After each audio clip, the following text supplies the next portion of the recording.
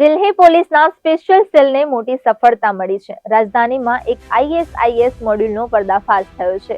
આ કાર્યવાહીમાં બે શંકાસ્પદ આતંકવાદીઓની ધરપકડ કરવામાં આવી છે। એક દિલ્હીથી અને બીજો મધ્યપ્રદેશથી। પ્રાથમિક તપાસમાં જાણવા મળ્યું છે કે તેઓ આત્મઘાતી હુમલા માટે તાલીમ લઈ રહ્યા હતા। દિલ્હી પોલીસના સ્પેશિયલ સેલે બે આઈએસઆઈએસ આતંકવાદીઓને પકડી પાડ્યા છે, જેમાં દિલ્હી પોલીસે એક આતંકવાદીને દિલ્હીથી અને બીજાને ભોપાલથી ધરપકડ કરી હતી। તેમના કબજામાંથી નોંધપાત્ર પ્રમાણમાં ગુનાહિત સામગ્રી મળી આવી હતી। દિલ્હી પોલીસના સ્પેશિયલ સેલને ગુપ્ત માહિતી મળી હતી કે કેટલાક શંકાસ્પદ આતંકવાદીઓ રાજધાનીમાં મોટા હુમલાની યોજના બનાવી રહ્યા છે। આ માહિતીના આધારે સ્પેશિયલ સેલની ટીમોએ છટકું ગોઠવ્યું અને બે શંકાસ્પદોને પકડી પાડ્યા।